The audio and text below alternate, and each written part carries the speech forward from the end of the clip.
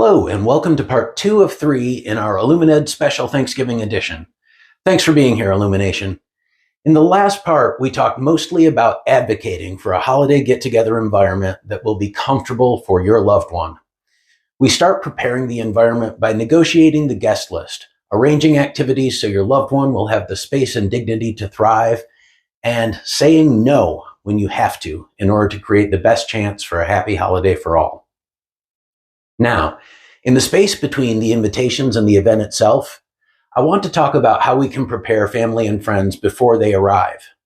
For many, they may not have much experience with dementia, and they might be nervous about the visit as they feel unsure of what might happen or whether they will be able to respond correctly. I bring this up because I was that family member in the past. During my teenage years, my grandmother had Alzheimer's disease. She lived across the state from us in New York, and we only saw my grandparents a couple times a year. But when I knew she had dementia, I was honestly afraid to visit. I didn't know what to say or what might happen. I didn't want to see my grandmother different, confused. I was afraid I would do or say the wrong thing, and I just couldn't imagine what spending time with her would look like. And that unknown got the best of me. It ended up just being easier to stay home when my parents went to visit her.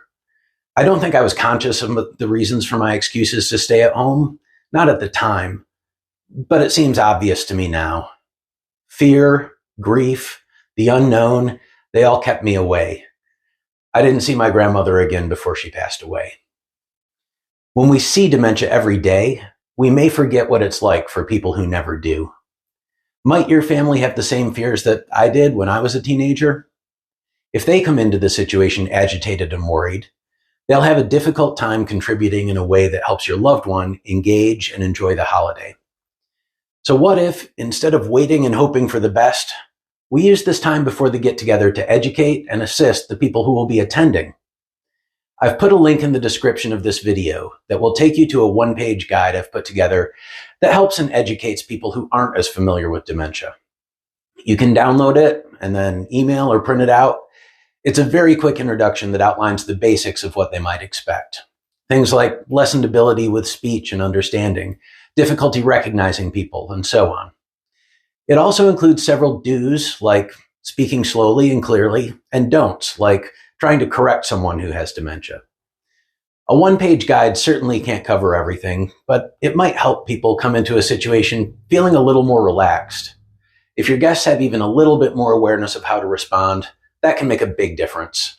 And I think it also helps to just talk about the elephant in the room, the things that people feel like maybe they can't say. How would it change the event for people if we just acknowledged beforehand that they might be nervous and that that's okay, and gave them some tools for approaching the situation more effectively? Try giving out the guide link below to your guests. If you do, leave a comment letting me know how it was received. All right, everyone. Tune in next time for the final installment in the Thanksgiving series. If this was helpful to you, please click like and subscribe below.